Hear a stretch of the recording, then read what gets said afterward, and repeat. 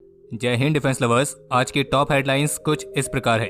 पहली बार Indian army इस्तेमाल करेगी भारत की प्राइवेट कंपनी द्वारा मैन्युफैक्चर किए गए हैंड ग्रेनेड्स। आईटीबीपी और एसएसबी को अगले महीने मिलेगी इंडियन स्टैंडर्ड वाली लेवल 5 की bullet resistant jacket. Indian air force की C-130J सुपर हरकुलिस एयरक्राफ्ट की फ्लीट को मेंटेन करने के लिए लॉकहीड मार्टिन को इंडियन एयरफोर्स से मिला 5 साल का कॉन्ट्रैक्ट। पाकिस्तान के न्यूक्लियर वेपन्स को कैप्चर कर सकता है तालिबान। और साउथ चाइना सी में भारत ने फिलीपींस नेवी के साथ कंडक्ट करी जॉइंट नेवल एक्सरसाइज।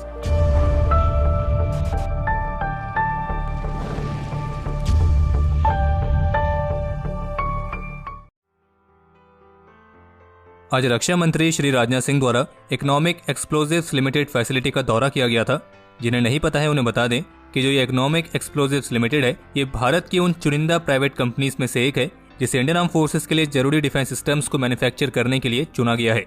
और आज 24 अगस्त को महाराष्ट्र के नागपुर में स्थित इस कंपनी की फैसिलिटी की विजिट के दौरान रक्षा मंत्री श्री राजनाथ सिंह द्वारा इस कंपनी द्वारा मैन्युफैक्चर किए गए मल्टी मोड हैंड ग्रेनेड्स का पहला बैच इंडियन आर्मी को सौंपा गया है। और इन ग्रेनेड्स के पहले बैच की डिलीवरी लेने के लिए इंडियन आर्मी चीफ भी इस फैसिलिटी में मौजूद थे। और इसके पहले बैच में करीब 1 lakh multi mode hand grenades Indian army को सौंपे गए हैं। और भारत में ऐसा पहली बार हो रहा है जब इंडियन आर्मी किसी प्राइवेट कंपनी द्वारा मैन्युफैक्चर किए गए हैंड ग्रेनेड्स का इस्तेमाल करेगी। आपको बता दें कि 1 अक्टूबर 2020 में भारतीय रक्षा मंत्रालय और इकोनॉमिक एक्सप्लोजिव्स लिमिटेड के बीच इंडियन आर्मी और इंडियन एयरफोर्स के लिए करीब 10 lakh multi mode hand grenades को सप्लाई करने का कॉन्ट्रैक्ट साइन हुआ था। और फिर एक कॉन्ट्रैक्ट साइन होने के बाद इन ग्रेनेड्स के बल्क प्रोडक्शन क्लियरेंस को मंजूरी मिली थी मार्च 2021 में।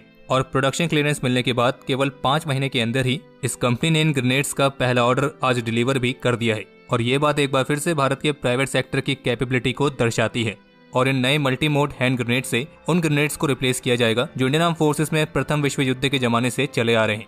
और कंपनी को पूरा विश्वास है कि वे इन 10 लाख ग्रेनेड्स का जो ऑर्डर है वो 2 साल के अंदर पूरा कर देंगे। और बाकी अगर आप डीआरडीओ द्वारा विकसित किए गए और इकोनॉमिक एक्सप्लोजिव्स लिमिटेड द्वारा मैन्युफैक्चर किए गए इन नए मल्टी मोड हैंड ग्रेनेड्स के बारे में डिटेल में जानना चाहते हैं, जैसे कि इनकी क्या खासियत है, तो इसके रिगार्डिंग हमने ऑलरेडी एक वीडियो पहले बनाई है। लिंक आपको डिस्क्रिप्शन में मिल जाएगा, आप उस वीडियो के माध्यम से जानकारी हासिल कर सकते हैं।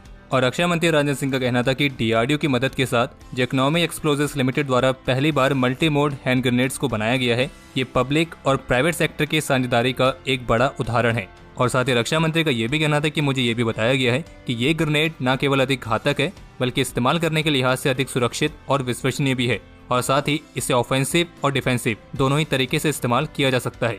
बाकी जहां तक बात है इसकी एक्यूरेसी की, तो वो 99% से भी अधिक है। और बाकी डिफेंस सेक्टर में प्राइवेट इंडस्ट्रीज को बढ़ावा देने के लिए सरकार की तरफ से कई सारे महत्वपूर्ण कदम उठाए गए हैं, जिनमें निःशुल्क टेक्नोलॉजी ट्रांसफर जैसी बड़ी चीजें भी शामिल हैं। क्योंकि रक्षा मंत्री का कहना था कि ऐसा होता है कि कई बार इंडस्ट्रीज अपनी रिसर्च एंड डेवलपमेंट में 80 से 90% तक का खर्च कर देते हैं, और जबकि प्रोडक्ट की जो एक्चुअल कॉस्ट होती है वो केवल 10 से 20% ही होती है।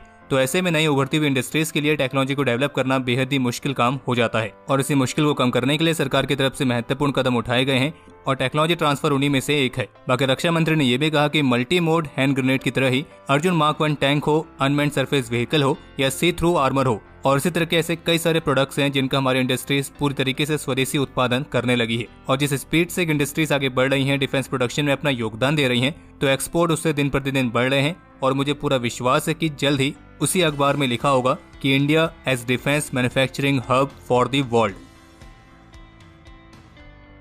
अगले महीने सितंबर के अंत तक भारत की सेंट्रल आर्म पुलिस फोर्सेस को पहली बार ब्यूरो ऑफ इंडियन स्टैंडर्ड यानी कि BIS मार्क लेवल 5 तक की बुलेट रेजिस्टेंट जैकेट से इक्विप किया जाएगा। और जो ये BIS लेवल 5 तक की बुलेट रेजिस्टेंट जैकेट है, ये खास करके उन CAPF पर्सनल को दी जाएगी जो कॉम्बैट ड्यूटीज, VIPs के security cover, Maoist hit areas या फिर जम्मू कश्मीर जैसे मुख्य वनरेबल लोकेशंस पर डिप्लॉय रहते हैं, तो उनकी सेफ्टी के लिए उन्हें ये जैकेट दी जाएगी। और इन जैकेट्स की डिलीवरी के लिए जो दिन शेड्यूल किया गया है वो है 23 से 24 सितंबर, और जिसके तहत करीब 4000 बुलेट रेजिस्टेंट जैकेट का ये पहला सेट CAPF पर्सनल को प्रोवाइड कराया जाएगा। और ये वो जैकेट्स हैं जिन्हें national standard body of India यानी कि BIS से सर्टिफिकेशन प्राप्त है।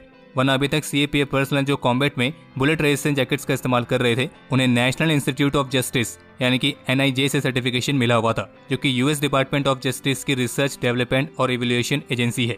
लेकिन अब आत्मनिर्भर भारत इनिशिएटिव को ध्यान में रखते हुए पहली बार इंडियन स्टैंडर्ड वाली बुलेट प्रूफ जैकेट्स दी जा रही हैं।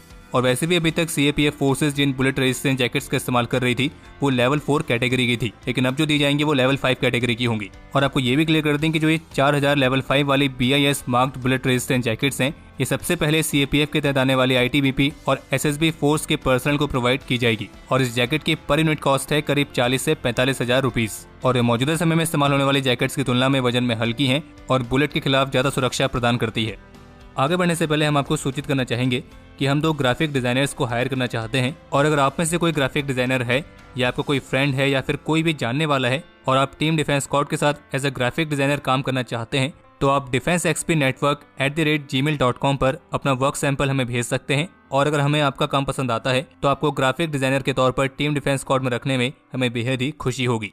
तो अगर आप टीम डिफेंस स्क्वाड के साथ एज अ ग्राफिक डिजाइनर काम करने के लिए इच्छुक हैं तो अपना वर्क सैंपल हमें भेजना ना भूलें।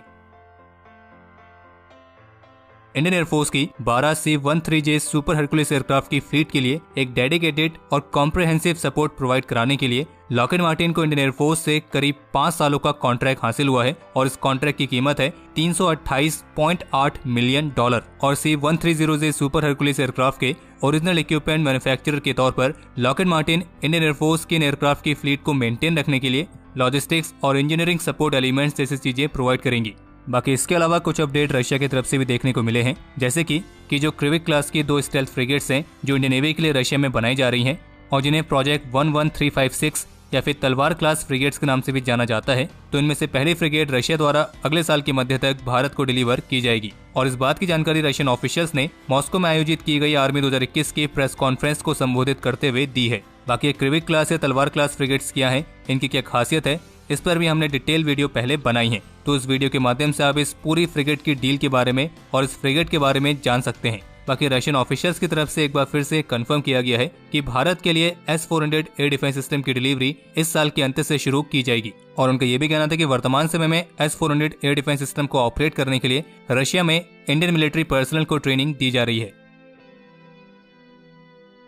आज जम्मू कश्मीर के सोपोर में इंडियन आर्मी और जम्मू कश्मीर पुलिस द्वारा एक जॉइंट ऑपरेशन लॉन्च किया गया था, और जिससे हमें वीडियो रिकॉर्ड कर रहे हैं तब तक आई रिपोर्ट्स के मुताबिक इस ऑपरेशन के दौरान अभी तक 3 आतंकियों को ढेर कर दिया गया है और इनके पास से आर्म्स एंड एम्युनिशंस भी रिकवर हुए हैं। और इतना ही नहीं बल्कि कश्मीर के आईजीपी की तरफ से ये भी जानकारी दी गई है कि इंडियन आर्मी की Chinar corps, Jammu Kashmir police, CRPF और कश्मीर के आवाम के सामूहिक प्रयासों के साथ इस साल यानी कि 2021 में अभी तक कश्मीर डिवीजन से 100 से अधिक आतंकियों को ढेर कर दिया गया है। यानी कि जम्मू कश्मीर से गंदगी को साफ करने का जो ये अभियान है उसके तहत हमारी फोर्सेस ने इस साल अभी तक सेंचुरी तो मार ली है और अभी तो 2021 को खत्म होने में करीब 4 महीने और बचे हैं। और ऐसा लगता है कि इस साल ऊपर काफी ट्रैफिक जाम रहने वाला है। और ऊपर हम कहाँ की बात कर रहे हैं ये तो आप सभी जानते ही होंगे। और जबकि आज बंदीपुरा से भी लश्कर के 6 एसोसिएट्स को गिरफ्तार किया गया है और उनके पास से भी आर्म्स एंड एम्युनिशंस रिकवर हुए हैं। और जबकि आज असम में कुछ और लोगों को फेसबुक में तालिबान का सपोर्ट करने वाली पोस्ट करने के लिए गिरफ्तार किया गया है और इस तरह के मामले में गिरफ्तारी की जो संख्या है वो 16 तक पहुंच चुकी है। और जबकि इसी बीच वॉशिंगटन पोस्ट की तरफ से एक रिपोर्ट जारी की गई है जिसमें यह बताया गया है कि सोमवार को काबुल में अमेरिका की इंटेलिजेंस एजेंसी CIA के प्रमुख ने तालिबानी लीडर अब्दुल घानी के साथ एक सीक्रेट मीटिंग कंडक्ट करी थी। हालांकि CIA की तरफ से तो फिलहाल इस मीटिंग को लेकर कोई भी औपचारिक रूप से कमेंट नहीं किया गया है और वैसे भी अगर ये मीटिंग सीक्रेट तरीके से हुई है तो फिर इस पर कोई औपचारिक कमेंट आने का मतलब बनता भी नहीं है। और जबकि ब्रिटिश आर्मी के एक फॉर्मर कमांडर ने तो इस बात पर चिंता व्यक्त की है कि पाकिस्तान का जो न्यूक्लियर वेपन प्रोग्राम है वो तालिबान के कंट्रोल में आ सकता है। और जबकि भाई हाल ही में कुछ ऐसे रिपोर्ट्स भी देखने को मिली थी जिनमें यह कहा जा रहा था कि तालिबान ने जो एक बहुत बड़ी क्वांटिटी में अमेरिकन वेपन्स अफगान आर्मी से कैप्चर किए थे तो अब उन वेपन्स को पाकिस्तान को सप्लाई किया जा रहा है। तो इसी रिपोर्ट के बीच अभी एक टॉप इंडियन मिलिट्री ऑफिसर की तरफ से कहा गया है कि मुझे ऐसा लगता है कि ये हथियार भारत में हिंसा शुरू करने से पहले खुद पाकिस्तान में पहले हिंसा के लिए इस्तेमाल किए जाएंगे और इन्हें इस्तेमाल करेंगे ISI द्वारा समर्थित आतंकी संगठन।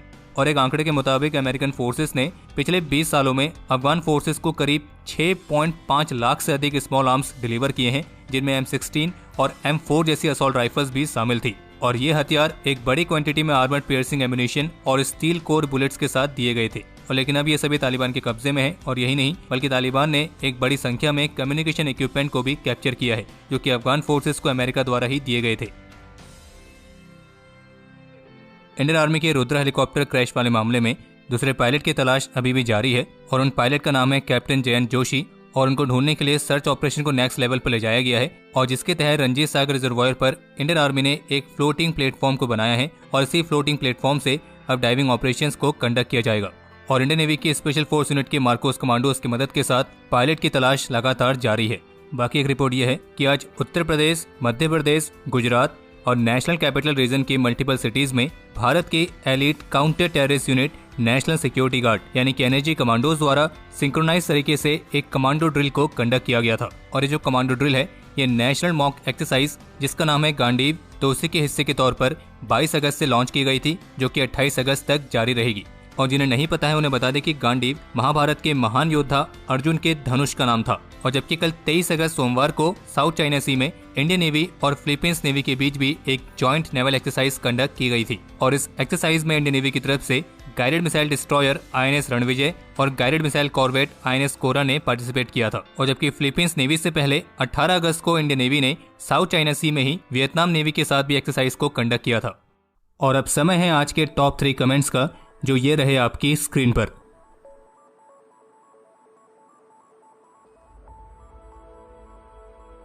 तो हमारे आज के इस एपिसोड के लिए इतना ही। उम्मीद है आपको एपिसोड तो पसंद आया होगा। अगर पसंद आया तो सबसे पहले आपने वीडियो को लाइक करना है, ज़्यादा से ज़्यादा शेयर करना है।